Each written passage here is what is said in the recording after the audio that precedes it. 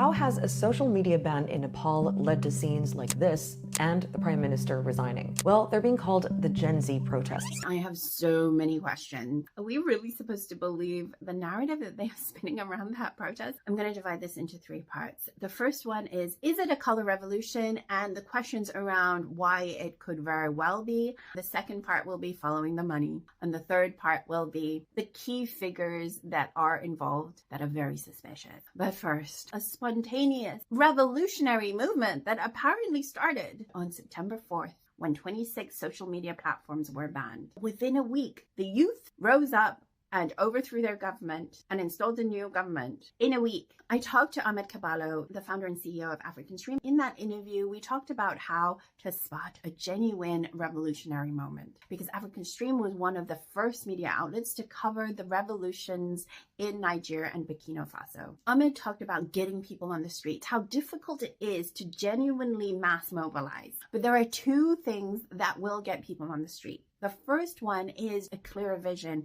clear leadership that has clear messaging, clear organizational skills, clear strategy for what the challenges that their country is facing. Spoiler, it's Western imperialism. What are the strategies for dealing with those obstacles, and how do you actually thrive as a sovereign country? So you need very clear demands, very clear vision, very clear strategy. Sudan Gurung, who is credited as the leader of the youth protests, had this to say in a recent Al Jazeera interview. What exactly are your political demands of the interim government right now? We have a lot of demands, to be honest, because we have been through a lot of problems, and there are a lot of problems and agendas that needs to be addressed. It needs to come from the people.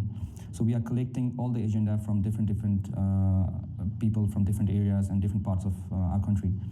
So currently we just have few agendas, but we still need to discuss with the people, because since it's a people's government, we want to make sure that every voices of Nepalese people is addressed and it's heard from our government. So these protests don't have a clear visionary leader. And if you look at the website of the NGO that is credited as doing all the organizing, their website hasn't been updated since 2023. So they managed to do all that organizing on social media during a social media ban without a working website. Now, there is another way to get boots on the ground, and that is a lot of funding. Why would Nepal be a worthy investment for all of this? Geographically, it is very strategic. It is in between India and China. Nepal has actually been identified as a strategic country all the way back since 1950. You can see here in the Department of State Policy statement, Nepal is a strategic country in terms of the Cold War, which is still ongoing. We're in a new alignment of the Cold War, but we're still in the Cold War.